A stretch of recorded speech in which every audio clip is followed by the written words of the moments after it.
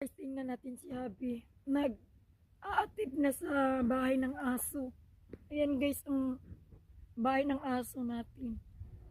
Inaatipan na ni Abby. So, ayan. Binagbag niya yung atip yun sa shed para diretso. Ayan na si Abby. Ayan guys. Diretso yung atip doon. Ayan, good idea. Ayan guys, nakabit na niya yung iba. Kunti na lang yung hindi nakabit. Ang ganda. Ito yung bahay ng aso. So, inatipan na niya.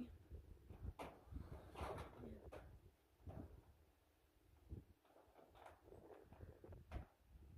Yung ginamit niya yung yero.